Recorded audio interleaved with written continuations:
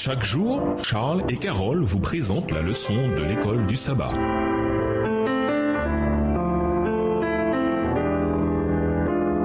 Bienvenue à votre émission Dieu nous parle. Nous voilà à leçon 3, se préparer au changement. Étude de la semaine, 1 Corinthiens 10, versets 1 à 13, Genèse 2, verset 24, 1 Corinthiens 13, verset 4 à 8, 1 Samuel 1, verset 27, Somme 71, 1 Corinthiens 15, verset 24 à 26. Verset à mémoriser, la justice marchera devant lui et marquera ses pas sur le chemin. Psaume 85, le verset 14. La vie est pleine de changements. Les choses changent tout le temps. La seule chose qui ne change pas, c'est la réalité du changement lui-même. En fait, le changement fait partie de notre existence. Même les lois de la physique semblent enseigner que le changement existe dans la structure la plus fondamentale de la réalité. Souvent, les changements arrivent à l'improviste. Nous sommes dans notre routine quand tout à coup, en un instant, tout change. Et nous sommes totalement pris au dépourvu. De notre côté, nous les voyons parfois arriver. Nous avons des signes, des avertissements, des indicateurs qui nous font comprendre que les choses vont changer. Quand cela arrive, il est sage de commencer à se préparer autant que possible pour ce que nous voyons arriver. Beaucoup de ces changements sont de taille. Le mariage, les enfants, la vieillesse et aussi la mort. Et oui, nous ne vivons pas isolément. Ce qui veut dire que les changements qui nous arrivent peuvent avoir un impact sur nos familles. En même temps, les changements dans nos familles peuvent également toucher chaque membre de la famille. Cette semaine, examinons certains des changements auxquels, tôt ou tard, d'une manière ou d'une autre, la majorité d'entre nous sont confrontés, ainsi que l'impact que ces changements peuvent avoir sur la vie de famille. Et nous vous laissons avec la pensée du jour. Il n'y a pas de meilleure façon de représenter le changement que la grossesse, l'une des expériences les plus importantes d'une famille parce qu'elle affecte chaque aspect du mariage. En effet, la vie change du tout au tout après la naissance d'un enfant. Le mari et la femme ne se focalisent désormais plus l'un sur l'autre, mais sur une tierce personne. Au revoir. Et à demain si Dieu veut.